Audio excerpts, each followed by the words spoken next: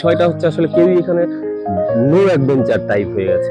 এই জন্যই আমরা এটা চেষ্টা করছি, কারণ বাচ্চাদের মধ্যে একটা টেন্ডেন্সি থাকে যে ওরা সবাই ফার্স্ট বেঞ্চে বসতে চায়, কিন্তু প্রতিদিন তো সবাই ফার্স্ট বেঞ্চে বসতে পারে না। এই ক্ষেত্রে দেখা যাচ্ছে সবাই ফার্স্ট বেঞ্চে বসছে। আগে যেরকম বেঞ্চটা যেরকম পর ছিল, স্যার কাছে যেতে পারতো না, এখন সবার সাথে দেখা করতে পারছে, কথা বলছে, কি অসুবিধা শুনতে পারছে। দেখুন, এটা খুব ভালো এবং প্রশংসনীয় উদ্যোগ। আমরা আমাদের স্কুলে উদ্যোগ নিয়েছিলাম, আমরা বেঞ্চ সাজিয়েছিলাম, কিন্তু আমাদের এক একটা শ্রেণীকক্ষে মোটামুটি ধরুন 50 থেকে 60 অ্যাভারেজ অ্যাটেন্ডেন্স থাকে, কিন্তু সেইভাবে বেঞ্চ সাজালে আমাদের শ্রেণীকক্ষে সমস্যা হচ্ছে। ছাত্রছাত্রীকে শিক্ষক শিক্ষিকা সরাসরি দেখতে পারবে, তাতে ইন্টারাকশন হবে। ছাত্রছাত্রীদের প্রত্যেকটা বাচ্চার খাতা থেকে শুরু করে পড়া শিক্ষক শিক্ষিকা যেমন দেখতে পারবেন, তেমনি ছাত্রছাত্রীদের মধ্যে কিন্তু একটা ভয় ভীতি, ব্যাক বেঞ্চারের এই বিষয়টা ভয় ভীতি কমে যাবে, সামঞ্জস্য তৈরি হবে। প্রথম স্কুলে যাবার দিন, প্রথমবার ফেল কিংবা প্রথমবার প্রথম হওয়া, প্রথমবার বন্ধুর সঙ্গে টিফিন ভাগ করে খাওয়া, প্রথমবার কাদা মাঠে ফুটবল, বন্ধু চল। স্কুল অনেক প্রথম কিছু জানে, আবার এই স্কুলই জানে ফার্স্ট বেঞ্চ আর লাস্ট বেঞ্চের গল্প। যারা প্রথম বেঞ্চে বসে তারা প্রথম সারিতে, আর যারা লাস্ট বেঞ্চ, রেজাল্ট বেরোলে তারা লাস্টের দিকে। এর উল্টো কাহিনীও আছে। লাস্ট বেঞ্চে বসা ছেলে বা মেয়ে অনেক সময় প্রথম বেঞ্চে বসা বন্ধুদের টেক্কা দিয়ে দেয়। তবুও প্রথম বেঞ্চ আর লাস্ট বেঞ্চের গল্প সব স্কুলেই প্রায় এক। এই গল্পেই এবার টুইস্ট। লাস্ট বেঞ্চে বসার জন্য কাউকে যেন বাঁকা চোখে দেখা না হয়, শুধুমাত্র লাস্ট বেঞ্চে বসে বলে কাউকে যেন ফাঁকিবাজ বলে ধরে নেওয়া না হয়। এটা নিশ্চিত করতে লাস্ট বেঞ্চটাই তুলে দেওয়ার উদ্যোগ নেওয়া হয়েছে। দক্ষিণ ভারতের একটি সিনেমা থেকে এই কনসেপ্ট ছড়িয়ে পড়ে সমাজ মাধ্যমে। সরকারিভাবে এ রাজ্যে এই ব্যাপারে কোনো নির্দেশিকা তৈরি না হলেও বিভিন্ন স্কুল নিজেরাই ছাত্রছাত্রীদের স্বার্থে এমন অভিনব উদ্যোগ নিতে শুরু করেছেন। ইতিমধ্যেই রায়গঞ্জের কয়েকটি সরকারি প্রাথমিক বিদ্যালয়ে পরীক্ষামূলকভাবে এই পরিকল্পনা গ্রহণ করা হয়েছে। রায়গঞ্জের কাঞ্চনপল্লী জিএসএপি স্কুল, এই সরকারি স্কুলে পড়ুয়ার সংখ্যা 145 জন। এই স্কুলে শুরু হয়েছে no more back bencher model. প্রতিটি ক্লাসে ইউ আকারে বেঞ্চগুলি সাজানো হয়েছে। এভাবেই চলছে পঠন পাঠন। বসার ধরনটা চেঞ্জ করেছি। সম্প্রতি দক্ষিণ ভারতে একটা সিনেমা বেরিয়েছিল, সেখানেই প্রথম এই বসার ধরনটা প্রকাশ পায়। তারপরে আরো বিভিন্ন সমাজ মাধ্যমে ছড়িয়ে যায়, বিভিন্ন কিছু স্কুলেও দেখা গেছে। তো সেই থেকেই আমরা একটু চেষ্টা করলাম, জাস্ট একটা পরিকল্পনা করা হচ্ছে, পরীক্ষামূলক একটা চেষ্টা, যে বাচ্চারা এতে কতটা উৎসাহিত হচ্ছে দেখার জন্যই আমরা করছি। সরকার হ্যাঁ, বিষয়টা হচ্ছে আসলে কেউই এখানে নো অ্যাডভেঞ্চার টাইপ হয়ে গেছে। এই জন্যই আমরা এটা চেষ্টা করছি, কারণ বাচ্চাদের মধ্যে একটা টেন্ডেন্সি থাকে যে ওরা সবাই ফার্স্ট বেঞ্চে বসতে চায়, কিন্তু প্রতিদিন তো সবাই ফার্স্ট বেঞ্চে বসতে পারে না। এই ক্ষেত্রে দেখা যাচ্ছে সবাই ফার্স্ট বেঞ্চে বসছে। তো প্রথম দিন কিছু বাচ্চার একটু মনে অনেক প্রশ্ন ছিল, কিন্তু তারপর থেকে কিন্তু বাচ্চারা খুবই খুশি।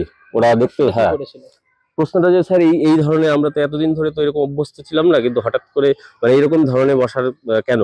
পরে যখন ওরা নিজেরাই বুঝতে পারলো যে সকলেই ফার্স্ট বেঞ্চে বসে আছে আর কারো সেরকম অসুবিধা হচ্ছে না, ওরা স্যারকে সবাই সমানভাবে দেখতে পাচ্ছে, স্যার সকলকে সমানভাবে দেখতে পাচ্ছে। তো এই জন্য একটু চেষ্টা করা আর কি। আপনি পরীক্ষামূলকভাবে না, এখনো অবধি আমাদের বাচ্চারা কিন্তু খুব উৎসাহী এই ব্যাপারে। যাই হোক, এটা এখনো তো সরকারিভাবে কোনো নোটিশ নেই, আমরা পরীক্ষামূলক করছি, বাচ্চারা খুব খুশি। এই স্কুলের এমন উদ্যোগের জেরে যথেষ্ট খুশি অভিভাবকেরা।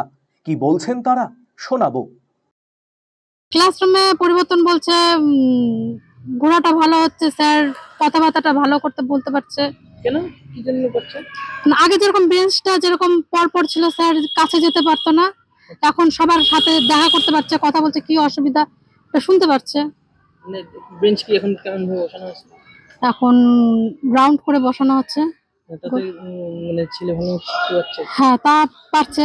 স্কুলে কোনো পরিবর্তন দেখতে পাচ্ছেন? হ্যাঁ, স্কুলে পরিবর্তন স্কুলে তো পড়াশোনা ভালো হতো, এখনো পড়াশোনার আগ্রহ বেড়েছে মেয়েদের, বাচ্চাদের। তারা স্কুলে আসে।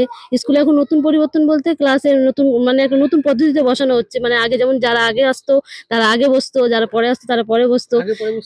ফার্স্ট বেঞ্চে বসতো, সেকেন্ড বেঞ্চে এরকম করে বসা হতো না। যারা আগে পরে যেভাবে ক্লাসে স্কুলে আসতো সেভাবে বসা হতো। এখন তো রাউন্ড হিসাবে বসানো হচ্ছে, সেই কারণে বাচ্চাদের মধ্যে একটা উৎসাহ সমস্যাও আসছে। মানে কি সুবিধা হচ্ছে এতে? সুবিধা বাচ্চারা বলছে মানে আগে স্যার যখন যেখানে পড়াতেন সেখান থেকে তো পিছনে মানে যারা শুনতে পেতো না, অনেকে শুনতে পেতো না, ও স্যারের কাছে তাদের কথা তাদেরকে বলতে পারতো না। তাই এখন এই রাউন্ড ভাবে বসানোর কারণে বাচ্চারা তাদেরকে স্যারকে পাচ্ছে কাছে, তাদেরকে কোনো জিজ্ঞাসা করতে হলে তাদের জিজ্ঞাসা করতে পারছে, স্যারও তাদেরকে ভালো করে বুঝিয়ে দিতে পারছে। এই রাউন্ড ভাবে বসানোর কারণেই সেটা সম্ভব হচ্ছে। অন্যদিকে রায়গঞ্জের বীরনগর জিএসএফপি স্কুলেও এই পরিকল্পনা নেওয়া হয়েছিল, কিন্তু তাদের ইচ্ছে থাকলেও উপায় নেই। কেননা এই স্কুলের প্রতিটি শ্রেণীকক্ষে দৈনিক গড়ে 50 থেকে 60 জনের উপস্থিতি থাকে। ফলে এক একটি ঘরে ইউ আকারে বেঞ্চ বসালে সব ছাত্রছাত্রীদের বসা সম্ভব হবে না। ফলে এই পদ্ধতি অবলম্বন করলে এই স্কুলে পর্যাপ্ত শ্রেণীকক্ষের প্রয়োজন। দেখুন, এটা খুব ভালো এবং প্রশংসনীয় উদ্যোগ। এই উদ্যোগ সব স্কুলে হলে ভালো হয়, কারণ ছাত্রছাত্রীদের মধ্যে একটা টেন্ডেন্সি থাকে আমরা পেছনের বেঞ্চে বসবো না, তাহলে এই সমস্যাটা দূর হয়। আমরাও আমাদের স্কুলে উদ্যোগ নিয়েছিলাম, আমরা বেঞ্চ সাজিয়েছিলাম, কিন্তু আমাদের এক একটা শ্রেণীকক্ষে মোটামুটি ধরুন 50 থেকে 60 অ্যাভারেজ অ্যাটেন্ডেন্স থাকে, কিন্তু সেইভাবে বেঞ্চ সাজালে আমাদের শ্রেণীকক্ষে সমস্যা হচ্ছে। একটা ঘরে ম্যাক্সিমাম কেমন হচ্ছে? একটা ঘরে ইউ প্যাটার্নে বসালে একটা ঘরে 30 থেকে 35 জন ছাত্রছাত্রী বসতে পারবে, তার বেশি বসতে পারবে না। তাহলে ঘরের মাপটা বড় দরকার। এই জন্য আমরা আমাদের ঊর্ধ্বতন কর্তৃপক্ষের কাছে শ্রেণীকক্ষের জন্য আবেদন করেছি। ওনারা যদি অবশ্যই আমাদের যে বলেছেন, আশ্বস্ত করেছেন যে আমাদের শ্রেণীকক্ষ বরাদ্দ করবেন। ওনারা যদি শ্রেণীকক্ষ বরাদ্দ করেন, আমরা অবশ্যই ইউ প্যাটার্নের যে ক্লাসরুম সেটা আমরা করব, সেখানে কোনো ব্যাক বেঞ্চার থাকবে না, এবং খুব ভালো উদ্যোগ, আমরা করতে আগ্রহী। নিখিলবঙ্গ প্রাথমিক শিক্ষক সমিতির জেলা সম্পাদক নির্মল বোস এই ধরনের পরিকল্পনাকে সাধুবাদ জানিয়েছেন। তবে বিভিন্ন স্কুলের পরিকাঠামোগত সমস্যার বিষয়টিও তুলে ধরেছেন তিনি।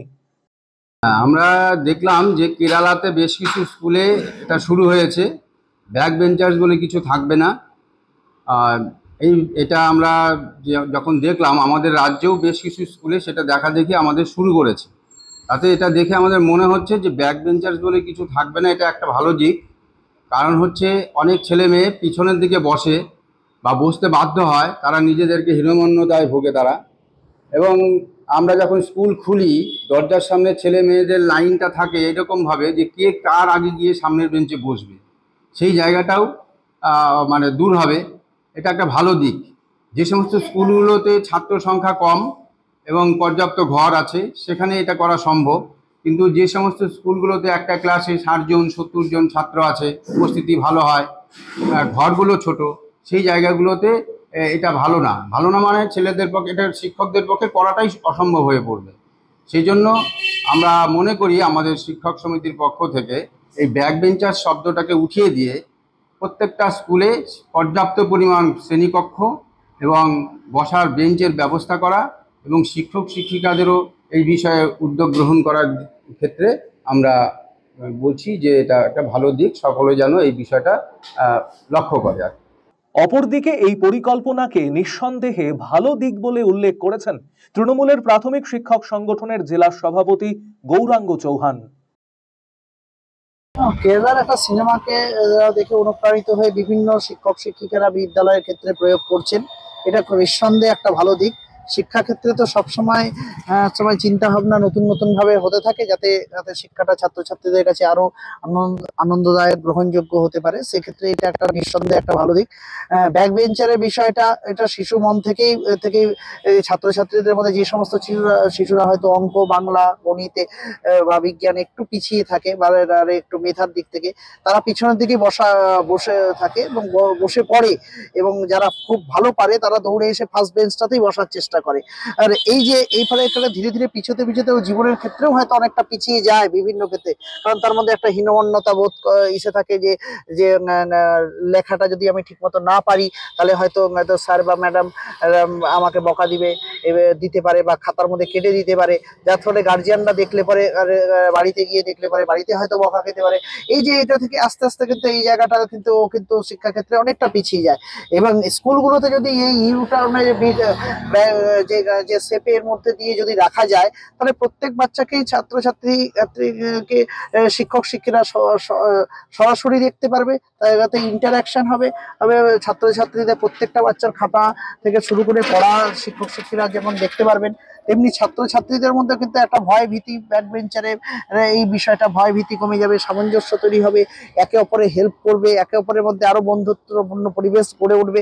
যারা ভালো স্টুডেন্ট তারা সাথে যদি একটু পিছিয়ে পড়া স্টুডেন্ট যদি পাশাপাশি বসে তাহলে সেও হয়তো ভালো হয়ে উঠতে পারবে, একসাথে পাশাপাশি বসতে পারবে। এই বিষয়টাকে নিঃসন্দেহে আমাদেরকে গ্রহণ করা উচিত, ভালোভাবে নেওয়া উচিত। এবং প্রত্যেকটা স্কুলে কিছু কিছু স্কুলে পরিকাঠামোর একটু অভাব রয়েছে, ক্লাসরুমের অভাব রয়েছে, নিঃসন্দেহে সেটা পূরণ করার চেষ্টা চলছে। স্থানার্থী শ্রীকুট্টান এই মালায়ালাম সিনেমা গত বছর মুক্তি পেয়েছে। এই সিনেমাতেই দেখানো হয়েছে শ্রেণীকক্ষে কোনো লাস্ট বেঞ্চ নেই, সব বেঞ্চ সমান, সব পড়ুয়াও সমান, যা দেখে বিভিন্ন স্কুলের শ্রেণীকক্ষ সেজে উঠছে নতুন আঙ্গিকে, যেখানে আর নেই লাস্ট বেঞ্চ। RCTV সংবাদ, রায়গঞ্জ।